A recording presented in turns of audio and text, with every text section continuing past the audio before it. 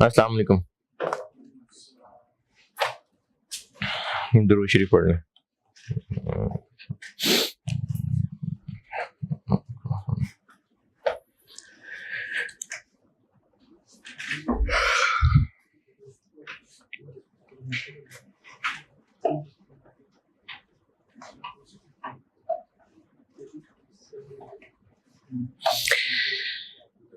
Spring 20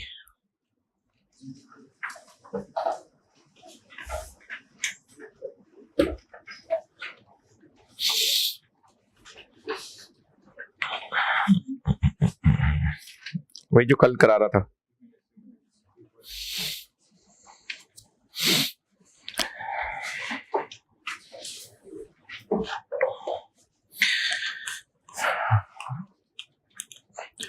material price variance का answer क्या था?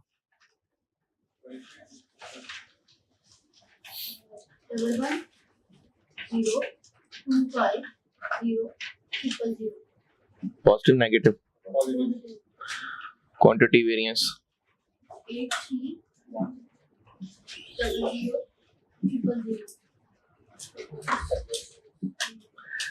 लेबर रेट वेरिएंस 895125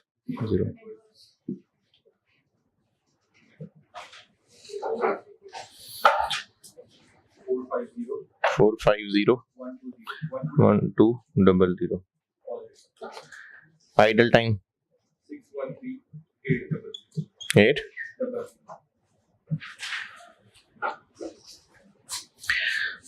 fixed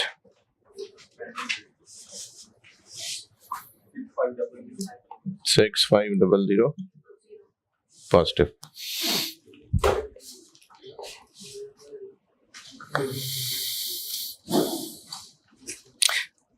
मेरी आवाज ठीक आ रही है या माइक लगा लो? हैं? मेरी आवाज ठीक आ रही है या माइक लगा लूं? तो आगे आ जाना यार। अच्छा चलो ठीक।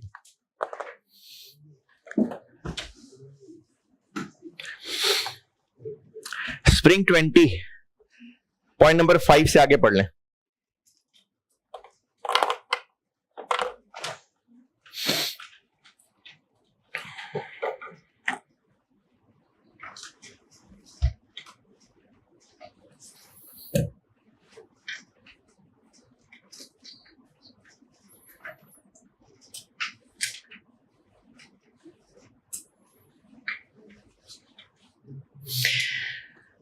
पॉइंट नंबर 5 तक कल किया था, उसके बाद आगे वीएल्स एक्चुअल प्रॉफिट।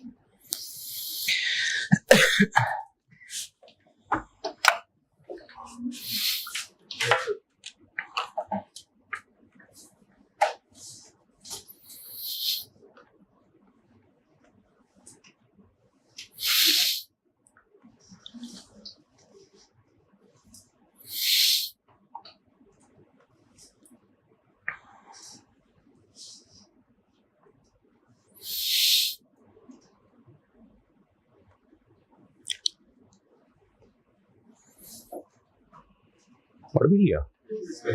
अरे वाह। अच्छा इस सवाल पे आता हूं बाद में। वैसे material price variance favourable variance possible reason क्या हो सकता है? कम प्राइस पे खरीदा है, क्यों? हाँ बल्क में खरीदा है, बल्क डिस्काउंट मिल गया, और हल्की क्वालिटी खरीदी होगी, और मार्केट में प्राइसेस कम हो गई, कोई गवर्नमेंट पॉलिसी चेंज हुई होगी, कोई कंपेटिटर नया आ गया होगा, ठीक है। तो उससे क्या? Price variance. अच्छा मटेरियल यूजेज वेरिएंस फेवरेबल, अच्छी क्वालिटी का मटेरियल ले आए जो कम लग गया, और मशीनरी को अच्छा ऐसा मेंटेन किया कि मटेरियल उसने जाया कम किया, और लेबर ने एफिशिएंटली काम किया। अब ये चीजें चलो ठीक है, ये बोल दो ही जवान रहे हैं, बाकी भी जवान सही सोच रहे होंगे। तो अगर सोच रहे हैं, है ना, हाँ, तो अगर सही सोच रहे हैं तो ये कोई बहुत मुश्किल साइंस नहीं है। अगर आप इन फैक्टर्स पे गौर करेंगे ना तो ये रीजंस पता चल सकते हैं। तो ये रीजंस मैंने आपको कहा था पढ़ने को। Head of purchase department, purchase department का काम क्या होता है? अरे ये कैसे पता चला? वाह, परचेज डिपार्टमेंट, चले ठीक है, शाबाश। परचेज डिपार्टमेंट का काम परचेज करना है। तो अब उसका जो हेड है, उसने ये कहा है कि मटेरियल की प्राइसेस तो पिछले 3 साल से स्टेबल हैं। Despite stable prices of raw material raw cashew nuts in the market for the last 3 years, पिछले 3 साल से प्राइसेस स्टेबल हैं, लेकिन मेरे डिपार्टमेंट ने बहुत जबरदस्त परफॉर्म कैसे किया कि उन्होंने एक नया सप्लायर ढूंढा और उससे वो एक सस्ता मटेरियल ले आए, बड़े ही जबरदस्त नेगोशिएशन किए, और इसकी वजह से वीएल की प्रॉफिटेबिलिटी ज्यादा हुई है। ये हेड ऑफ परचेज डिपार्टमेंट ने कहा है। और रिक्वायरमेंट बी क्या है? Critically evaluate. Critically evaluate, critically का मतलब है कि वाह वाह वाह वाह नहीं करनी शुरू कर देनी, इस पे गौर करें क्या सही कह भी रहा है कि नहीं कह रहा। इवेल्युएट, इवेल्युएट, इवेल्युएट का मतलब होता है कि डिस्कस तो करें, लेकिन इसके फायदे नुकसान सामने रखते हुए, अगर वैल्यूज बता सकते हैं तो वैल्यूज को गौर करते हुए इवेल्युएट। किस बात को? The views of departmental heads. जो डिपार्टमेंटल हेड्स ने कहा है उनकी बातों को क्रिटिकली इवेल्युएट करें। Your evaluation should include the discussion of claims made, यानी जो वो कह रहे हैं उस पर जवाब दें, and likely impact of their decisions on long term profitability. ये भी बताएं कि जो वो कह रहे हैं क्या वो सही कह रहे हैं कि नहीं कह रहे, और ये बताएं कि जो हरकत उन्होंने कर ली है जिसपे खुश हो रहे हैं, लॉन्ग टर्म में उसके क्या असरात होंगे। पार्ट बी की अंग्रेजी पढ़ के, सुबह सुबह तो वैसी अंग्रेजी नहीं समझ आ रही होती, लेकिन फिर भी अगर थोड़ा बहुत गौर करें तो इस अंग्रेजी में कोई एतराज। प्रॉब्लम ये होती है कि पेपर में क्रिटिकली इवेल्युएट पता नहीं क्या था, your evaluation should include discussion, but ठीक है अंग्रेजी लिख देते हैं। अब अंग्रेजी में मजमून लिखा है 2-2 सफे के, फिर कहा तेरे भाई का पेपर बड़ा फिट हुआ है और पेपर में रिजल्ट ही नहीं सही आया। तो रिक्वायरमेंट की ना वर्डिंग अच्छी तरह पढ़ें। और ये जो बच्चे हैं ना जो जिनकी इंग्लिश की बेस सही नहीं होती है, तो वो महरूमी का शिकार रह जाते हैं कि हमें समझ ही नहीं आएगी। आप रिक्वायरमेंट के एक एक वर्ड की ट्रांसलेशन कर लिया करें और उसको उर्दू बना लिया करें, उसके बाद समझा करें, लेकिन रिक्वायरमेंट को समझा करें।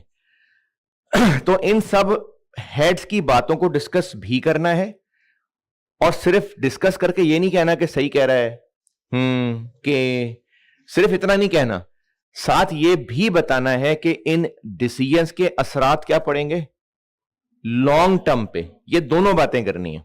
चलें जी, ये परचेज वाले भाई ने कहा है कि हमारे स्टाफ ने एक नया सप्लायर ढूंढा है जिससे हम सस्ता मटेरियल ले आए हैं। अच्छा, अब हो रही है मटेरियल की बात, इसको देखते हैं। उसने कहा सस्ता मटेरियल खरीद के लाए हैं क्योंकि नया सप्लायर ढूंढा है, तो फेवरेबल वेरिएंस है, तो कह तो सही रहा है।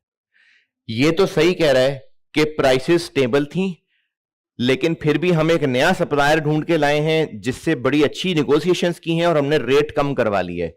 यहां तक देखते हैं तो फिर तो ठीक है, लेकिन पॉसिबल रीजंस क्या थे? बल्क डिस्काउंट, कंपटीशन, और एक और रीजन क्या है? Low quality material. अब लो क्वालिटी मटेरियल लेके आए तो जहां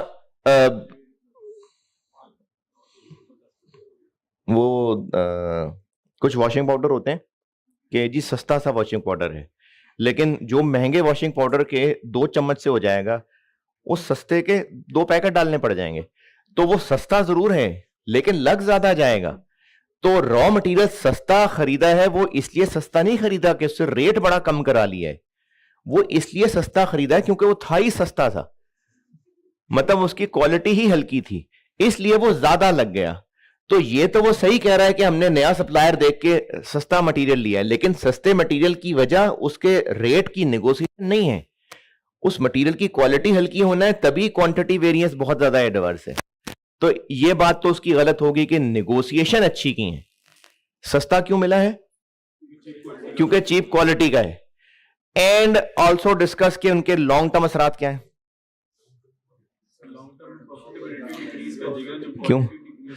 अगर मटेरियल सस्ती क्वालिटी का है तो प्रोडक्ट भी अच्छा नहीं होगा, प्रोडक्ट की क्वालिटी खराब होगी, कस्टमर्स जो है ना वो आस्ता आस्ता में छोड़ना शुरू हो जाएंगे, तो लॉन्ग टर्म नुकसान है। ये परचेज डिपार्टमेंट वाले को जवाब है। अच्छा, अब इस तरह की चीजों के लिए ना कोई ऐसी किताब से कोई पैरा रटना या कोई ऐसे आपके अंदर फलाना चैप्टर पढ़ा देना कि अब आप फर लिखना शुरू हो जाएंगे, तो ये कॉन्सेप्चुअल चीज ही है। B, production. प्रोडक्शन में सब आ गया, लेबर ओवरहेड सब आ गए। प्रोडक्शन डिपार्टमेंट ने कहा है कि हमने लेबर को ज्यादा पैसे दिए, इससे वो बहुत ज्यादा मोटिवेट हो गए और उससे ये हुआ कि उनकी एफिशिएंसी अच्छी हो गई। एफिशिएंसी अच्छी हो गई तो ज्यादा चीजें बन गई कम टाइम में और बिजनेस का प्रॉफिट बढ़ गया। ये प्रोडक्शन वाला कह रहा है। तो लेबर को उन्होंने कहा जी हमने ज्यादा पैसे दिए हैं, लेबर रेट वेरिएंस एडवर्स, जो सोचा था उससे ज्यादा पैसे दिए हैं, बिल्कुल सही कह रहे हैं। लेकिन क्यों ज्यादा पैसे दिए? कि उसको लग ये रहा है कि उनकी एफिशिएंसी बेहतर हो गई जिससे बिजनेस की प्रॉफिटेबिलिटी बढ़ी। इसकी एफिशिएंसी बेहतर हो गई तो एफिशिएंसी बेहतर, वो भी सही कह रहे हैं, एफिशिएंसी बेहतर तो ही है, लेकिन एफिशिएंसी बेहतर इतनी हुई नहीं है जितने पैसे उनको ज्यादा दे दिए। तो पैसे ज्यादा नहीं देने से एफिशिएंसी जरूर बढ़ी है, लेकिन overall business point of view से देखेंगे तो नेट हुआ नुकसान है इनको। इनको लेबर ज्यादा कॉस्ट कर गई है, तो रेट बढ़ाया ज्यादा जरूर है। जैसे अगर मैं आपको आज के दिन नाश्ता करा दूं और ये सोचूं कि चलो ठीक है घंटा और पढ़ लेंगे, तो अगर नाश्ता करा के आप कहें जैसे 5 मिनट बस और, तो कोई फायदा नहीं हुआ, कोई एफिशिएंसी नहीं बढ़ी, तो इसलिए नहीं करा रहा। इसीलिए तो ज्यादा खर्चा तो हुआ, ज्यादा खर्चा तो हुआ, लेकिन एफिशिएंसी उतनी नहीं बढ़ सकी जितना खर्चा ज्यादा हुआ था। तो ये इस प्रोडक्शन वाले को जवाब है। अच्छा, लॉन्ग टर्म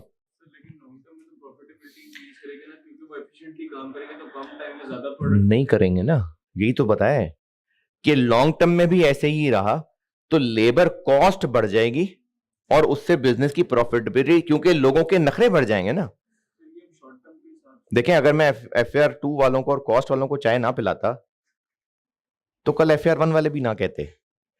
तो FAR1 ने क्यों कहा कि जी कॉस्ट को पिलाई है तो हमें भी पिलाएं। GT वालों ने FAR2 का कहा जी मुझे चाय पिलाएं। क्यों? क्यों? क्योंकि गुलबर्ग वालों को पिलाई थी। तो अब जब हमने लेबर के रेट बढ़ाए हैं तो मार्केट में लेबर के रेट जो है ना, लोग डिमांड ज्यादा करना शुरू कर देंगे, तो उसकी वजह से जो होगा कि लॉन्ग टर्म हमारी लेबर महंगी हो जाएगी।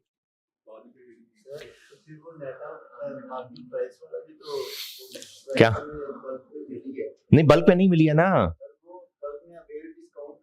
कहां भाई? बल्क डिस्काउंट नहीं मिला ना, हल्की क्वालिटी का मटेरियल खरीदा है।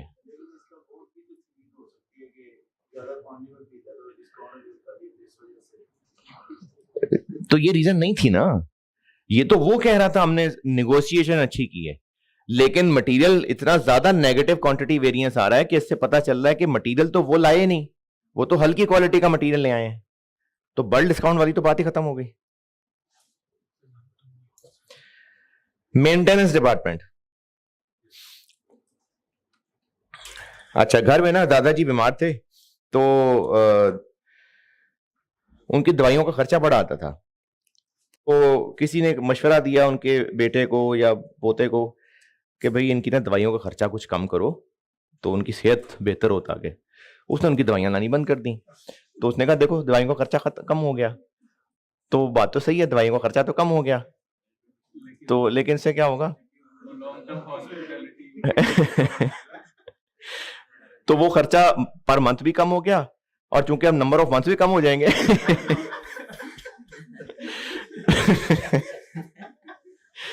तो खर्चा तो कम हो गया।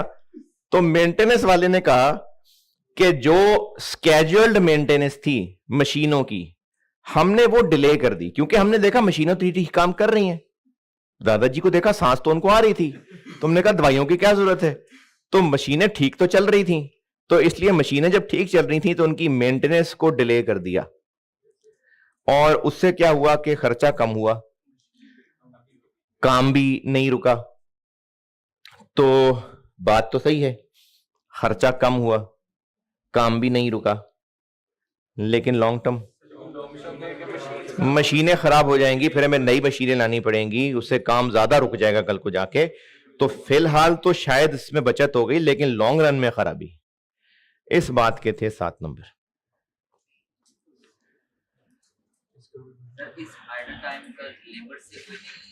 लेबर की वाली बात वो ये कर रहा था, हमने उन देखें आइडल टाइम ज्यादा होना कम होना, इसमें लेबर का कोई काम नहीं होता। इसमें तो हमारा काम होता है कि हम उनका टाइम जाया नहीं करवा रहे थे। आइडल टाइम होने ना होने में लेबर का ना कोई कसूर है ना उनका कोई कमाल है, क्योंकि उनकी वजह से है ही नहीं, वो हमारी वजह से है। लाइट नहीं आ रही थी, फारिग बैठे हुए थे, मशीनें खराब थी, फारिग बैठे हुए थे, तो उसमें लेबर का कमाल नहीं होता। आइडल टाइम में लेबर का काम सिर्फ रेट और एफिशिएंसी होता है। हाँ, होती वो लेबर के साथ लिंक्ड है, इसलिए फार्मूला उसका लेबर के साथ होता है, लेकिन वैसे बता रहा हूं कि इसमें लेबर का कोई कमाल या लेबर की सजा नहीं होती है। हाँ जी, रीजन आए समझ। कंफ्यूजन इसलिए क्योंकि आप इसको डिस्काउंट की नजर से देख रहे हैं।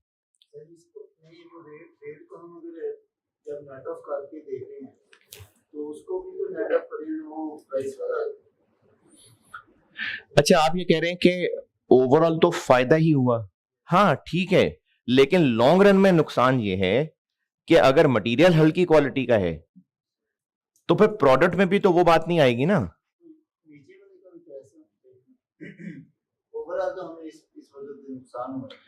इसमें फायदा है, फायदा यह है कि मटेरियल सस्ता था, बेशक ज्यादा लग गया। चलो वॉशिंग पाउडर की मिसाल देता हूं, अगर वॉशिंग पाउडर हल्का वाला इस्तेमाल कर रहे हैं तो उससे उस वक्त को पैसे बच रहे होंगे। अगर ज्यादा भी लग जाएगा ना, लेकिन इतना सस्ता है वो कि महंगे पाउडर के अगर 1 पैकेट लगता था उसके 6 पैकेट लग रहे हैं, लेकिन वो 6 पैकेट भी उस महंगे वाले से 1 से सस्ते हैं। लेकिन इसका एक और नुकसान भी हो रहा है, कपड़े का सत्यानाश हो रहा है, कपड़े का रंग खराब हो गया, उसका धागा खराब होना शुरू हो गया। तो वो जो कपड़े खरीदने थे 4-4 साल बाद, अब 1-1 महीने बाद, 2-2 महीने, 6-6 महीने बाद खरीदने पड़ जाएंगे। अब उन कपड़ों की शो खराब होनी शुरू हो जाएगी। तो यहां पर आ गई बात प्रोडक्ट की क्वालिटी से कि हम मटेरियल सस्ता ला रहे हैं, ज्यादा लग रहा है, लेकिन सस्ता बहुत है, अच्छा है। लॉन्ग टर्म नुकसान ये है कि प्रोडक्ट की क्वालिटी इफेक्ट होने लग जाएगी। यहां पर हमें नेट लेबर में भी नुकसान हो रहा है, और यहां पर लेबर का नुकसान, देखो मटेरियल एक फिजिकल चीज है, फिजिकल चीज है, मटेरियल फिजिकली खराब होगा। ये कपड़ा है, अगर इसके अंदर जो अब इसके अंदर रंग भी है, इसके अंदर फैब्रिक भी है, धागा भी है, अगर रंग हल्की क्वालिटी वाला इस्तेमाल होगा तो अल्टीमेटली प्रोडक्ट खराब होगा ना। लेबर अल्टीमेटली प्रोडक्ट का फिजिकल हिस्सा नहीं है, ये वो लोग हैं काम इनको आता है, यानी प्रोडक्ट सही बन रहा है। मसला क्या हो रहा है, टाइम ज्यादा लगाने या कम लगाने का मसला है। तो हमने उनके रेट्स तो बढ़ा दिए, लेकिन रेट्स बढ़ा के जितना जल्दी उनसे काम लेना चाहिए था वो फिर भी सुस्ती के सुस्ती से काम कर रहे हैं। तो इसके असरात प्रोडक्ट की क्वालिटी पे नहीं पड़ रहे, इसके असरात ये पड़ रहे हैं कि लोग सुस्त हो जाएंगे, रेट ज्यादा डिमांड करना शुरू कर देंगे, रेट खराब हो जाएंगे। जैसे मैंने अभी जिनको थोड़ा बहुत तबलीग का आइडिया हो, तो भी मैं गया हुआ था फरवरी में सिंध के एक इलाके में, तो वहां हमने जमात ने जाना था एक जगह, तो रक्षा वाला हायर किया।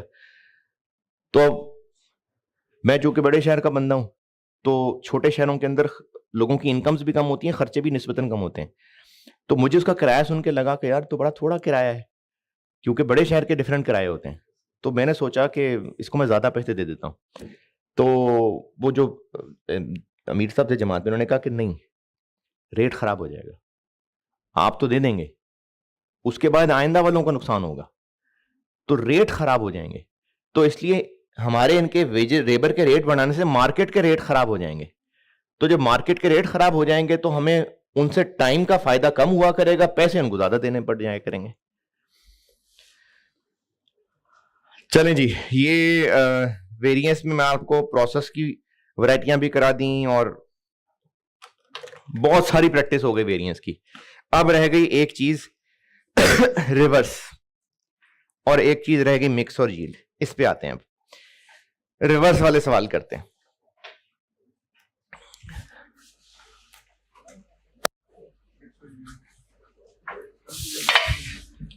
रिवर्स कैलकुलेशंस,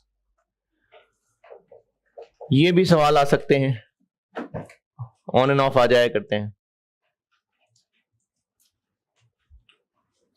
रिवर्स कैलकुलेशंस, अच्छा, रिवर्स कैलकुलेशन का मतलब ये है कि मिसाल के तौर पे मटेरियल प्राइस वेरिएंस होता है standard cost into actual quantity purchase. अगर हम केस 2B की बात कर लें, actual cost into actual quantity purchase. आज तक हम क्या कर रहे थे, ये फिगर्स पता थी, प्राइस वेरिएंस निकाल रहे थे। अब हमें प्राइस वेरिएंस दिया हुआ होगा,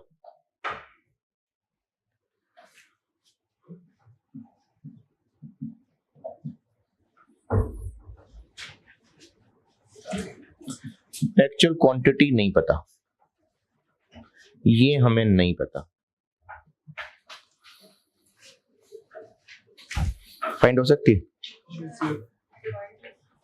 कैसे?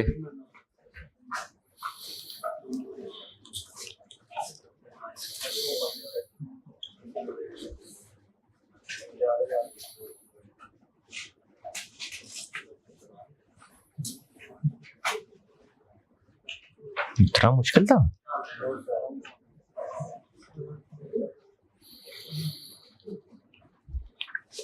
ये मुराद है रिवर्स कैलकुलेशन से कि आपको वेरिएंसेस दिए होंगे और उसके अलावा बाकी वो चीजें जो फार्मूले में इस्तेमाल होती हैं उनमें से कुछ मिसिंग पूछा होगा।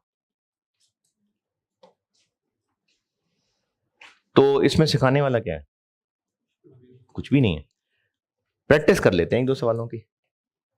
यानी ये कोई नया टॉपिक नहीं है, ये सिर्फ वेरिएंसेस के सवाल पूछने का एक स्टाइल बताया है। यानी पास्ट में ऐसे सवाल भी पूछे गए हैं जिसमें वेरिएंस दिया होगा और बाकी इनमें से कुछ पूछा होगा।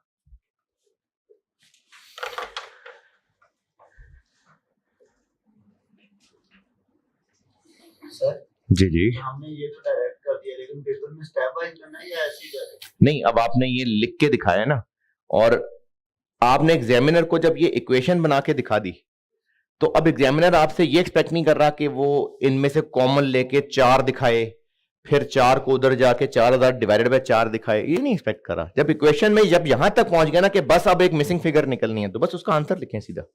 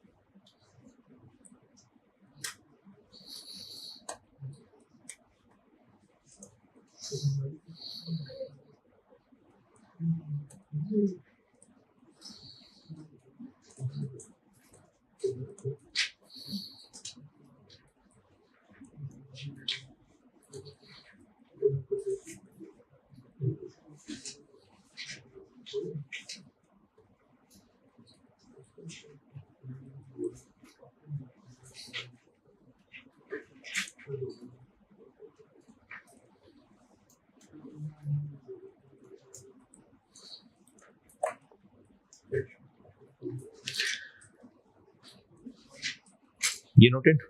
चलें सवाल लिखें। Material price variance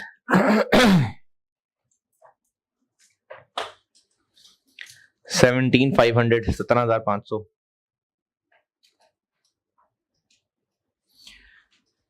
actual material cost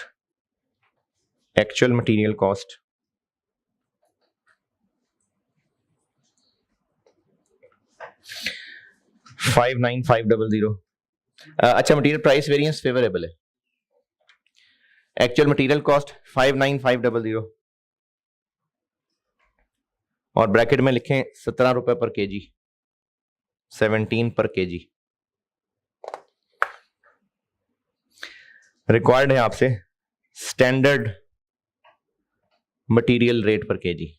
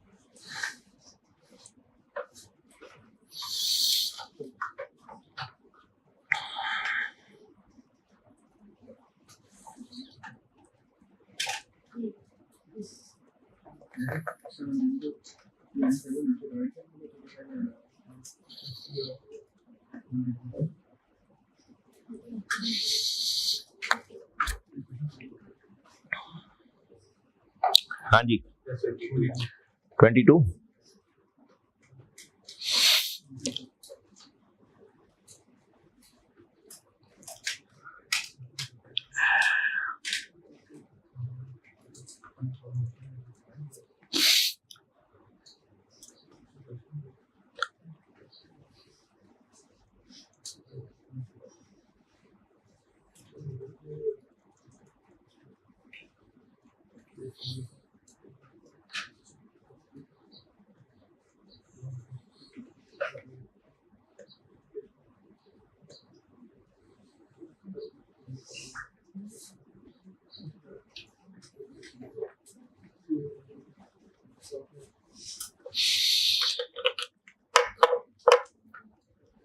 ठीक है, डन।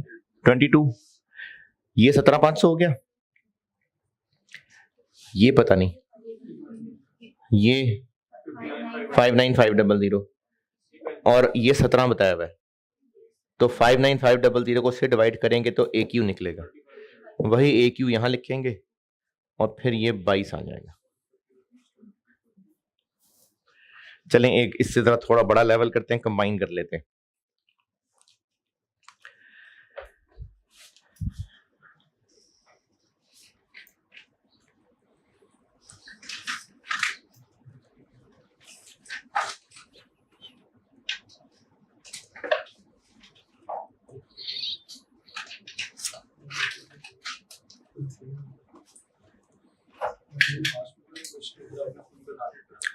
अभी खुद ही बनाता हूँ, फिर एक व्हाट्सएप पर करा देता हूँ।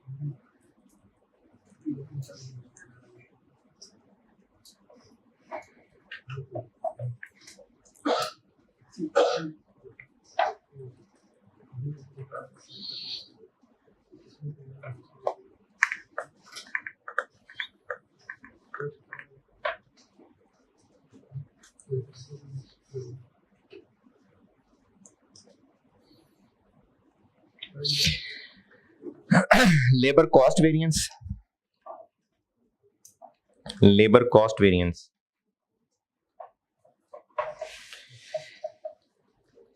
88,400 negative, 88,400 adverse,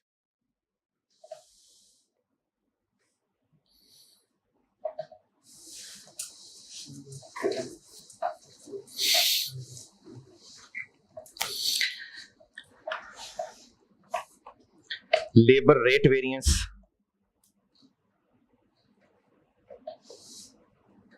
labor rate variance, 38,400 negative, 38,400 negative,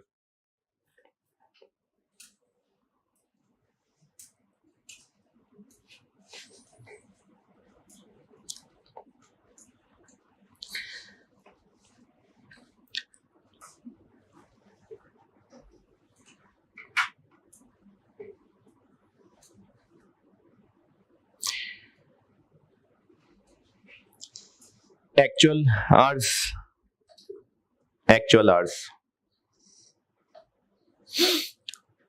4,800,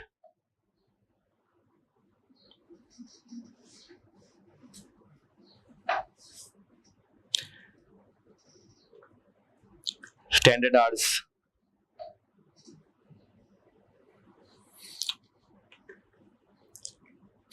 4,300,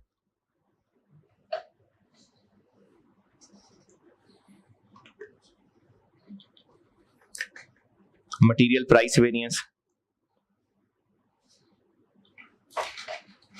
material price variance, 55,900 positive, 55,900 positive,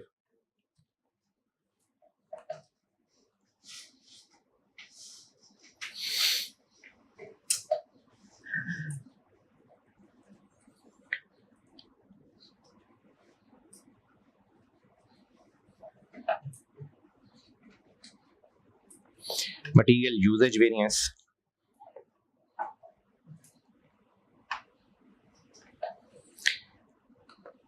80625 adverse,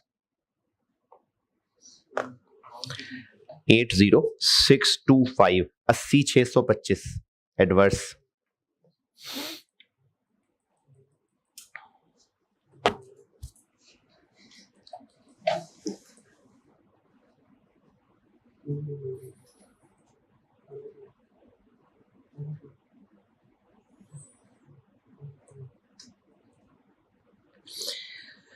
actual material used, actual material cost, actual material cost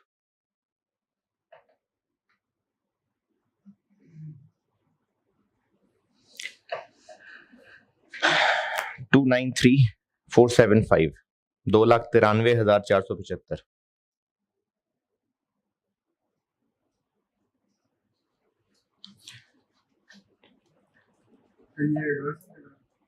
material cost बताइए, इसके साथ ब्रैकेट में लिखें 21 पर केजी, 21 पर केजी,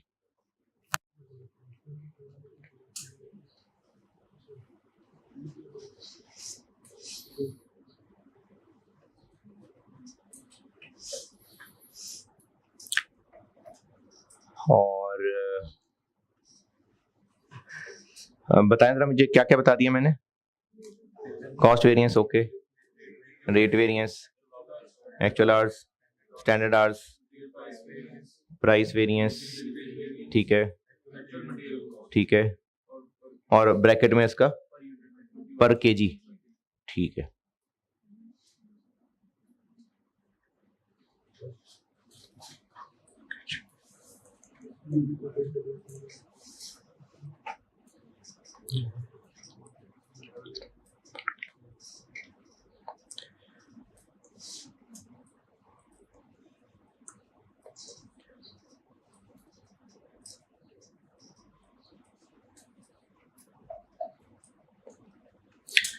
जी और एक्चुअल प्रोडक्शन है, एक्चुअल प्रोडक्शन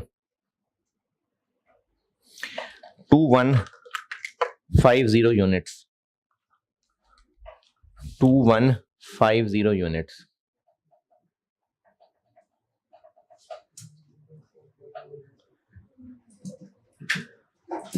रिक्वायर्ड है आपसे स्टैंडर्ड कार्ड की ये 2 लाइनें।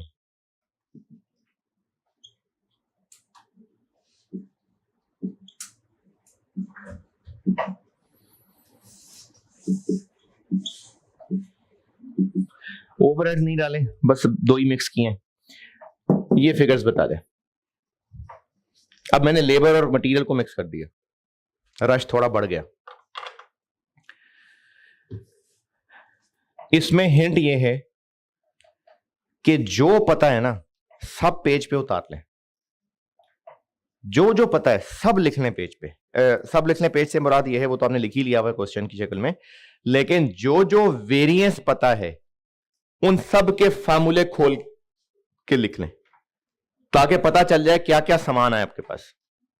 फिर जब सारी पिक्चर सामने आएगी ना, फिर इधर उधर जोड़ तोड़ होगा। जो जो वेरिएंस सवाल में दिया हुआ है उन सब के फार्मूले लिखें और उनमें से जो जो फिगर्स पता है वो लिख लें। जब सारा कुछ सामने सबूत सामने आएंगे ना, फिर उसमें कड़ी से कड़ी मिलेगी।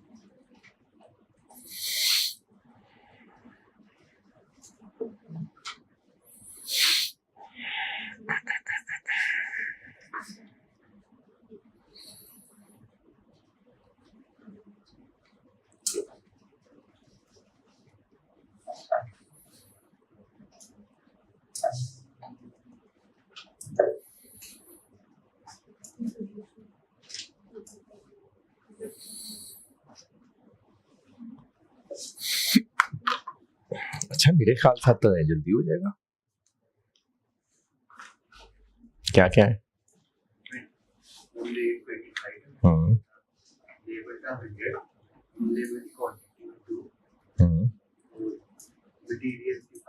ठीक है, शाबाश।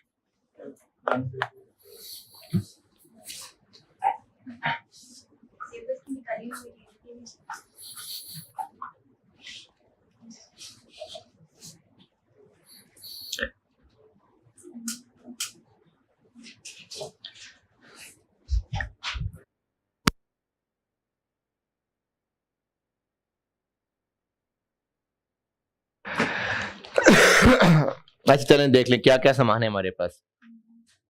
लेबर रेट वेरिएंस है। लेबर रेट वेरिएंस होता है standard rate into actual hours minus. इसमें क्या क्या पता है?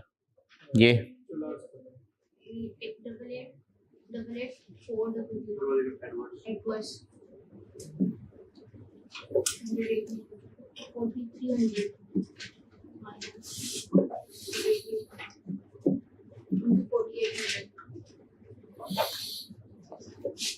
लेबर कॉस्ट वेरिएंस पता है?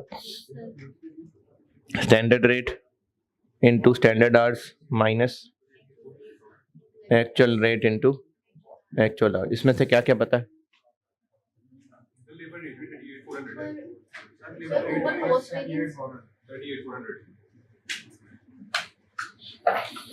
ये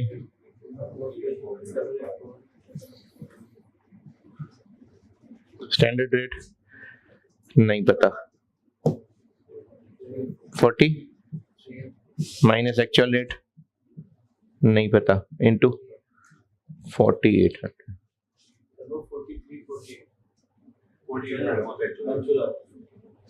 हाँ हाँ हाँ 48। अब पता चल सकता कुछ? अब हमारे पास दो आ गए ना, एसआर और एआर मिसिंग है, बस बाकी तो सब कुछ है। और ये दो इक्वेशन से दो वेरिएबल निकल सकते हैं ना। और अगर आप ये मुश्किल समझ रहे हैं तो एक और काम दिखाता हूं। Labour cost variance is equal to labour rate variance plus labour efficiency variance. ये कितना है? -88,400 -38,400। यहां से ये निकल आएगा labour efficiency variance -50,000। Labour efficiency variance का फॉर्मूला होता है standard rate into standard hours minus standard rate into actual hours. अब यहां से ये 50,000 निकल आया, स्टैंडर्ड रेट पता नहीं, standard hours 4300 minus standard rate पता नहीं, एक्चुअल आवर्स। यहां से आपको स्टैंडर्ड रेट मिल जाएगा। इससे भी हो सकता है, अगर आपको दो इक्वेशंस दो वेरिएबल सॉल्व करने आते हैं तो इससे सॉल्व हो जाएगा, नहीं तो दूसरा हल ये निकला है। लेबर का मामला हल हो गया, हमें स्टैंडर्ड रेट चाहिए था, मिल गया। इसको सॉल्व करेंगे ना इसको तो 100 आएगा। ये कैसे निकालें? एक्चुअल प्रोडक्शन बताई है मैंने और एसएच भी बताए हुए हैं, तो एसएच कैसे निकले होते हैं? एक्चुअल प्रोडक्शन को उस क्वांटिटी से मल्टीप्लाई किया होता है तो अगर आप एक्चुअल प्रोडक्शन और ये इसको एक्चुअल प्रोडक्शन से डिवाइड कर लें तो ये 2 आवर्स आ जाएंगे। ये 2 आवर्स मैंने ऐसे कहे, ये 4300 स्टैंडर्ड आवर्स ऐसे निकले होंगे ना। एक्चुअल प्रोडक्शन को इससे मल्टीप्लाई किया होगा तो एसएच आए होंगे, तो ये 2 आ गया। लेबर हो गया पूरा। तो इसमें टिप यही है कि जो जो वेरिएंसेस दिए हुए उनको लिख लें, आपस में कुछ ना कुछ लिंक करेंगे तो मिलेंगे। इसी तरह मटेरियल वाले को कर लेते हैं। मटेरियल के आपको पता है प्राइस वेरिएंस, वो होता है एससी इंटू ए क्यू माइनस ए सी इंटू ए क्यू। ये कितना? 55। स्टैंडर्ड कॉस्ट पता नहीं, एक्चुअल क्वांटिटी पता है। कैसे पता है? आपको मैंने टोटल कॉस्ट बताई है और ब्रैकेट में उसका पर किलो रेट बताया है, तो वो रेट से डिवाइड कर लें, माइनस ये पूरा पता है।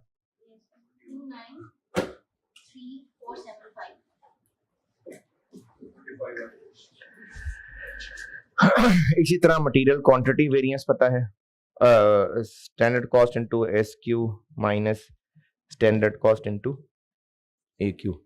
ये कितना है? 625 नेगेटिव। स्टैंडर्ड कॉस्ट पता नहीं, एस क्यू पता नहीं, माइनस स्टैंडर्ड कॉस्ट पता नहीं, एक्चुअल क्वांटिटी 13,975। हमने जो पता था वो लिख लिया। अब देखें यहां से क्या सॉल्व होता है। इससे पता चलेगा स्टैंडर्ड कॉस्ट 25, फिर उसको यहां रखेंगे,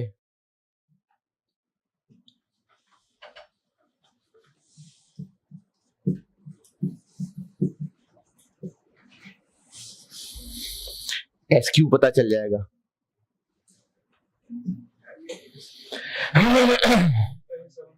हम्म 7।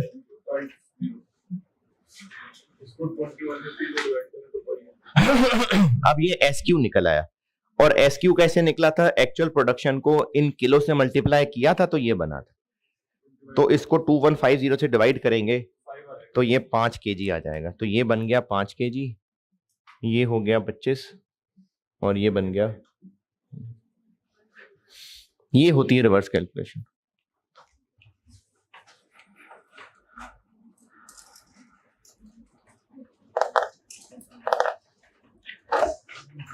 चलिए एक फास्ट पेपर का करा देता हूं और एक होमवर्क दे देता हूं।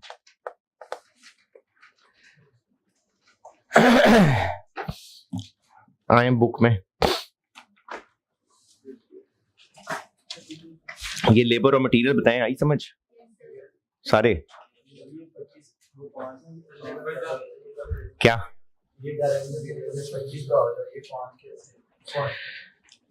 ये दो कैसे आया? एस क्यू 10,750 है, कैसे निकला होगा ये? एक्चुअल प्रोडक्शन को इससे मल्टीप्लाई किया होगा ना।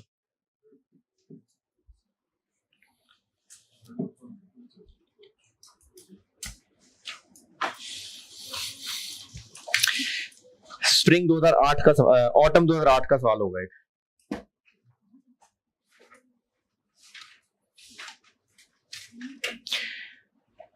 ऑटम 2008 आखिर में होगा कहीं, पेज 193, मेरी बुक में page 193, question number 20, autumn 2008 attempt का सवाल था ये।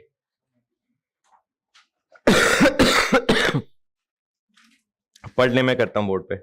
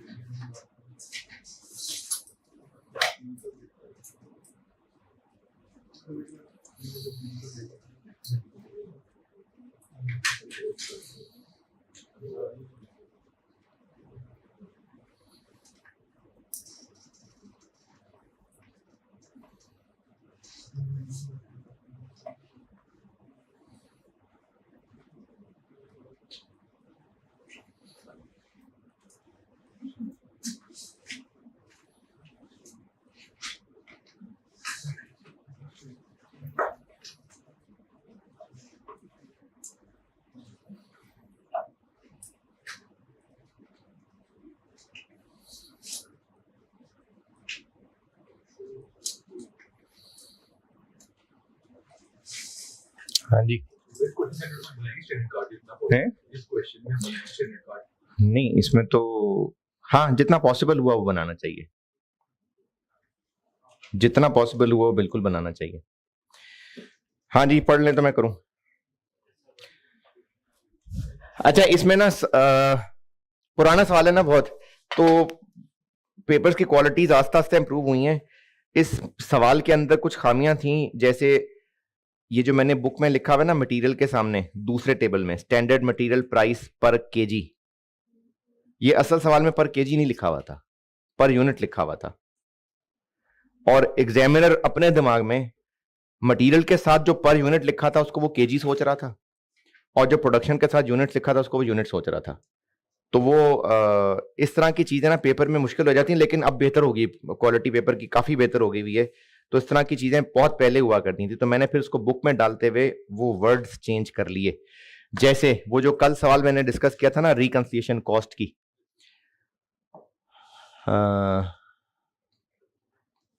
ऑटम 20, उसमें भी कुछ गलतियां हुई थी। उसमें वर्ड स्टैंडर्ड लिखना था, वो वहां बजट लिख गया था, प्रोडक्ट के यूनिट्स थे उसको केजी कर दिया था। इस तरह की गलतियां पेपर में होती हैं, लेकिन ये आहिस्ता आहिस्ता इंप्रूव हो रही हैं। ये बता इसलिए रहा हूं क्योंकि कुछ बच्चे जो हैं वो ओरिजिनल पास्ट पेपर देख रहे होते हैं।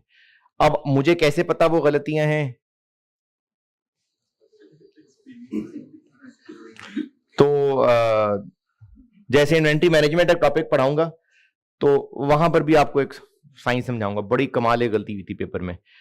तो इसलिए बता रहा हूं कि पेपर में कुछ गलतियां हो जाती हैं। अब इसमें आपका ये एतराज कि उस अटेम्प्ट के बच्चों का क्या हुआ होगा, अल्लाह मालिक है, हुआ होगा कुछ। लेकिन इंप्रूवमेंट्स हो रही हैं, बेहतरियां हो रही हैं। और आप लोग जब इसको और आईकैप के बहुत सारे स्टेप्स ऐसे हैं जो नजर आता है कि वो बेहतरी की तरफ जा रहे हैं।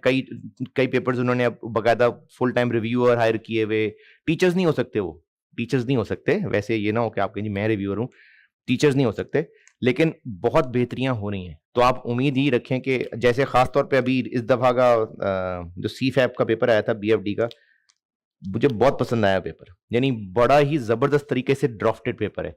तो बेहतरियां हो रही हैं, तो इसलिए आपकी दफा भी इंशाल्लाह पेपर अच्छे अच्छे ही हो गए होंगे। तो बाकी थोड़ी बहुत गलतियां रह जाती हैं कभी, तो वो फिर मैंने अपनी बुक के अंदर ना अमेंड करके डाली हुई, और मैं आप साथ साथ बता भी दिया करता हूं कि मैंने कौन सी चीज को अमेंड किया हुआ है। तो वो ऑटम 20 में प्रोडक्ट के साथ केजी लिख गए थे, वो यूनिट लिखना चाहिए था क्योंकि प्रोसेस कॉस्टिंग मिक्स का सवाल था, और इसमें भी वो पर केजी की बजाय उसको भी वो पर यूनिट लिख गया हुआ था।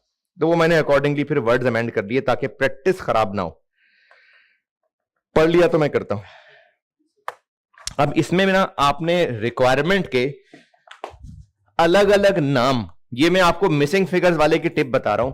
अगर आपने रिक्वायरमेंट में ये शुरू किया ना, कैलकुलेट दी फॉलोइंग, चलो पहले बजटेड आउटपुट ढूंढता हूं, तो फिर ढूंढते रह जाएंगे। हो सकता है रिक्वायरमेंट डी का आंसर निकले तो रिक्वायरमेंट ए का निकले, ये सब कनेक्टेड हो सकते हैं आपस में। इसलिए नसीहत यही है कि सारा पेज भर लें जो जो कुछ अवेलेबल है। वेरिएंस का सवाल है, इसलिए इसमें तो खैर मैंने रिक्वायरी स्टैंडर्ड कार्ड किया था ना, लेकिन वेरिएंस का सवाल हो तो आपकी कोशिश होनी चाहिए कि जिस हद तक भी स्टैंडर्ड कार्ड बन सकता हो पहले बनाएं। चाहे वेरिएंसेस पूछे हैं, चाहे रिकंसिलिएशन पूछी है, चाहे मिसिंग फिगर्स पूछी हैं, जिस हद तक स्टैंडर्ड कार्ड बन सकता है जरूर बनाएं, जिस हद तक बन सकता है। चलें जी, इसका जो जो पता है डाटा फैला लेते हैं।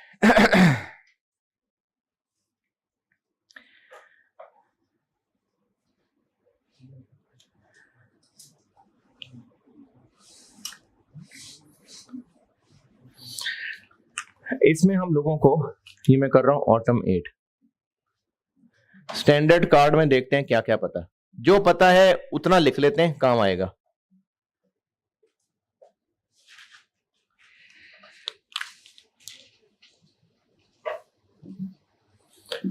Direct material, direct labour, variable, fixed. Fixed का पता है, वेरिएबल का नहीं कुछ पता। जी बताएं, इसमें से क्या क्या पता आपको? इसमें आपको स्टैंडर्ड मटेरियल पर केजी पता है कितना? 4। और क्या पता है? सॉरी 4। और क्या पता है? स्टैंडर्ड वेज रेट 6 पता है, और standard wage hours per unit भी पता है, और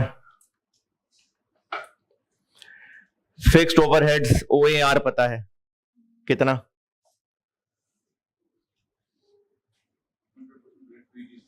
6।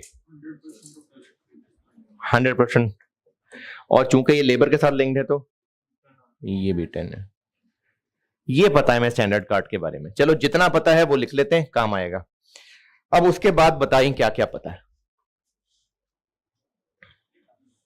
वेरिएंसेस फैला लेते हैं पेज पे। Material price variance.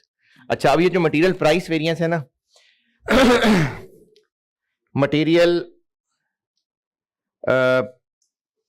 परचेज्ड और यूज्ड बराबर है, डिफरेंट है, केस 1 है, केस 2 है?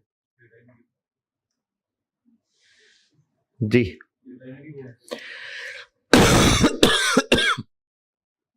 ऐसा कोई डेटा दिया नहीं हुआ, रिक्वायरमेंट से कहीं कोई हिंट मिलता हो कि परचेज यूज्ड बराबर है? वो तो पूछ लिया ना, यूज्ड कितनी है, बराबर है, नहीं है, तो फिर बराबर ही है। तो बस SC into AQ minus AC into AQ। और क्या है? Material usage variance, standard cost into standard quantity minus standard cost into, और क्या है, labour rate variance, standard rate into actual hours minus actual rate into actual hours, और क्या है, labour efficiency variance, standard rate into standard hours minus standard rate into actual hours, और क्या है, fixed overhead expenditure variance, budgeted actual, और बस। अच्छा, असल सवाल में ये एक्सपेंडिचर का वर्ड भी नहीं लिखा हुआ था, फिक्स्ड ओवरहेड वेरिएंस था, बस गलती थी सवाल की, उसको बताना चाहिए था स्पेंडिंग है कि वॉल्यूम है, कौन सा है। तो ये पुराने सवालों में कुछ कमियां होती थी, तो वो मैंने फिर अब अपनी बुक में डाला, तो साथ मैंने लिख दिया एक्सपेंडिचर। चलें जी, अब भरते हैं क्या क्या पता है जी।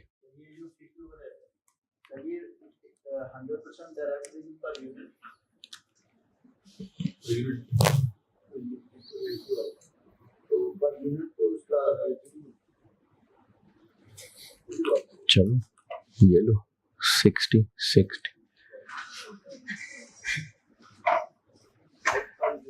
100% ऑफ वेज रेट ना, पर यूनिट, वैसे पर यूनिट लिख दिया मैंने, लो।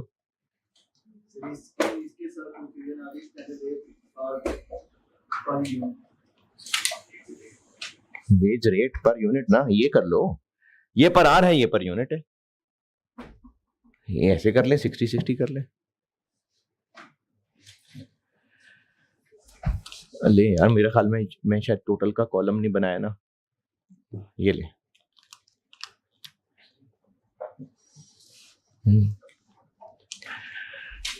भरें जी वैल्यूज, क्या क्या पता है इधर बताएं, क्या पता है, price variance, positive negative, standard cost 4, ए क्यू, और सवाल में कहीं कोई डाटा ए क्यू पता हो, नहीं पता होगा क्योंकि उसने फाइन करने का पूछा हुआ है, तो ए क्यू नहीं पता, माइनस एक्चुअल कॉस्ट 3.9 पता है। चलें इधर बताएं क्या क्या पता है,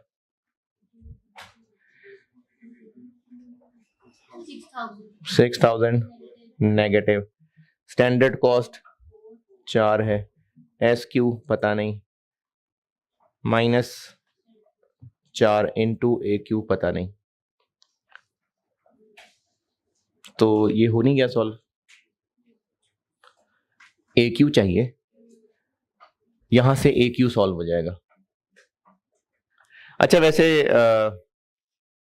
जरूरी नहीं है कि पहले मटेरियल को सॉल्व कर लें, लेकिन ये आसानी से हो गया इसलिए मैंने पहले भी मटेरियल सॉल्व किया था, अदरवाइज आप सारे पहले फैला लें, हो सकता है लेबर की कोई चीज पता चले तो यहां पर आया आंसर, हो सकता है। ए क्यू कितना आ गया,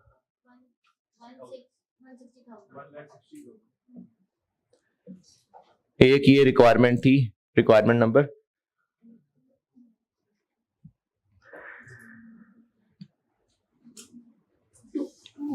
2 थी, ए बी सी डी है, 1 2 3 है, ये रिक्वायरमेंट 2 थी। और अगर यही सवाल करते करते हाईलाइट करके नंबरिंग दे दें वो भी ठीक है, नहीं तो ये सब सॉल्व करने के बाद आप लिस्ट बना दें 1 2 3, उसमें लिख दें, बेहतर है यही हाईलाइट करके नंबरिंग बता दें। यहां से क्या पता चला, ए क्यू आ गया 6,000 is equal to 4 into S Q minus 4 into 1,60,000, यहां से निकल आया एस क्यू 15। अभी इसका क्या काम था पता नहीं, निकल आया, देखें शायद इस्तेमाल हो जाए। आगे चलते हैं जी, rate variance 7520 positive, standard negative, standard rate 6 रुपए, एक्चुअल आवर्स पता है, नहीं पता, आगे आए, एक्चुअल रेट पता है, एक्चुअल वेजेस पता है, पूरी वेजेस पता है 3 4 हो गया हल?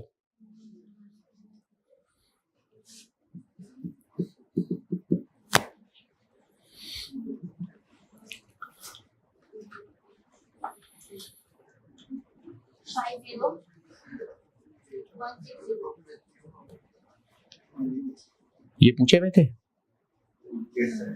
ये रिक्वायरमेंट में पूछे हुए, requirement 4।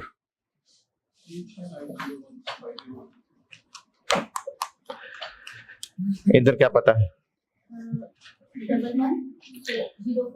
111040 positive is equal to standard rate 6 है, स्टैंडर्ड आवर्स पता नहीं, माइनस स्टैंडर्ड रेट 6 है, एक्चुअल आवर्स 50160 है। यहां से निकल आएंगे स्टैंडर्ड आवर्स।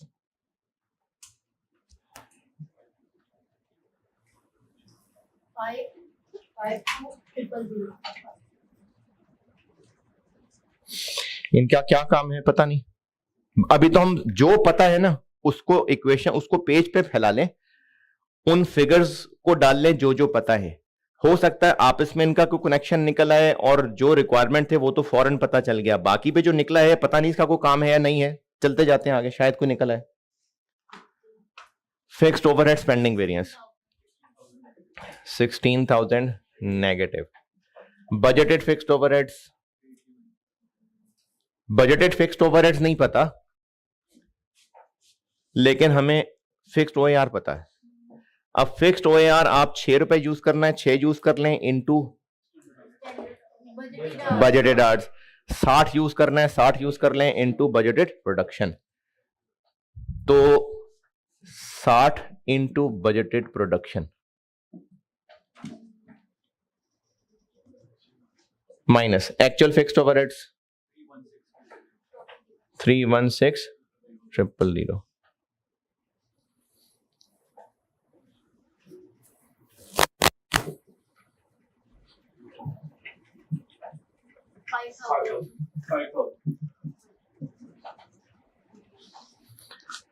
अच्छा, अगर आप 60 रुपए नहीं 6 यूज करते तो 6 यूज कर लें, कोई बात नहीं। 6 यूज कर लें तो ये क्या आ जाएगा? Budgeted hours.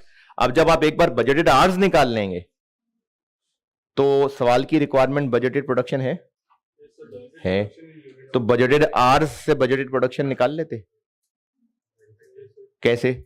10 से डिवाइड करके। तो हमने 60 ही यूज कर लिया तो आंसर निकल ही बजटेड प्रोडक्शन आया। ये रिक्वायरमेंट है 1। ये है मिसिंग फिगर वाला सवाल। क्या रह गया देखें रिक्वायरमेंट में? एक्चुअल प्रोडक्शन रह गई और एक्चुअल वेज रेट रह गया।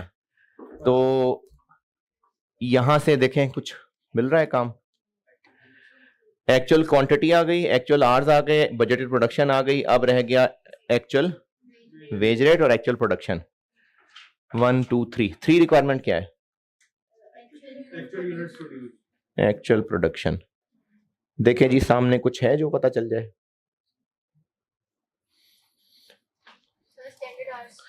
स्टैंडर्ड आवर्स को यूज कर लें। एसएच कैसे निकला होगा?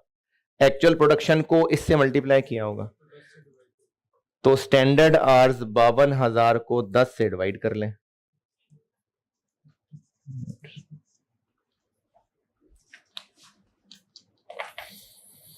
और क्या रह गया? Actual wage rate. तो वेज रेट तो आपको यहीं से मिल जाएगा। ये वेज रेट मिल जाएगा 308,480 डिवाइडेड बाय 50160।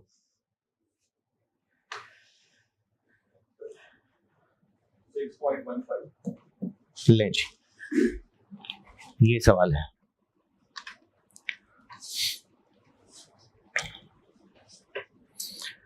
और अगर आपको लग रहा है कि सर इतना पुराना सवाल है ये, तो आप ऐसा करें कि क्वेश्चन नंबर 2-3 होगा कहीं चैप्टर में, स्प्रिंग या ऑटम 2022 होगा एक।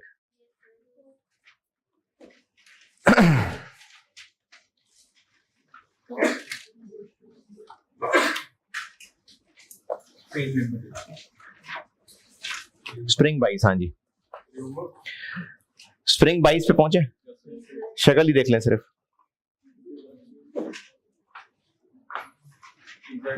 यही है, यही सवाल है। तो पुराने सवाल ना, पिछले कुछ 3-4 अटेम्प्ट से पुराने अक्सर सवाल कॉपी होके हो रहे हैं टेस्ट। तो ये 2008 का सवाल है, जो मैंने ओवरहेड में भी एक सवाल कराया था जिसमें वो 2600 घंटे लेने के 2400 घंटे लेने हैं, तो वो भी सेम रिपीट हुआ था। फिर एक अल मशहूर process 2 smart processing spring 10 attempt का सवाल, वो रिपीट हुआ था स्प्रिंग 2022 में। तो मल्टीपल सवाल पिछले टेस्ट हो रहे हैं, इसलिए पास्ट पेपर्स पे फोकस है मेरा। ये हो गया सवाल, मिसिंग फिगर डन। स्प्रिंग 22 का सवाल है, ये आप हस्बे तौफीक करना है तो कर लें।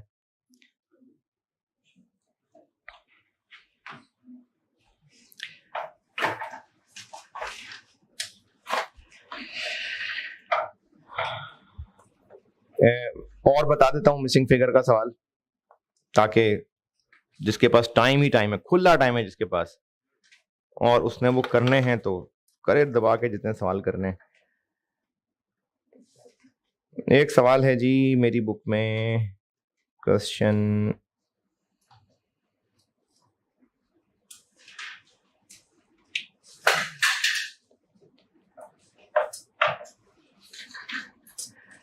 नंबर 18, ये स्प्रिंग 2010 अटेम्प्ट का सवाल है।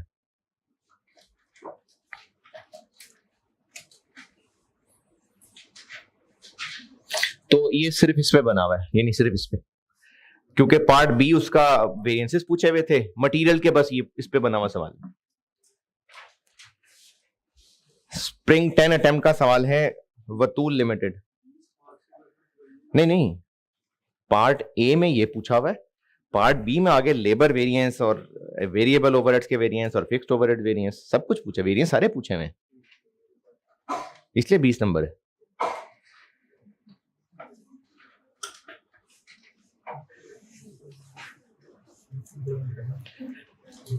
अच्छा, फिर भी तसल्ली ना हो, आप और मिसिंग फिगर निकालना चाहें तो एक छोटा सा मिसिंग फिगर का सवाल था, ऑटम 14, मेरी बुक में क्वेश्चन 14 है।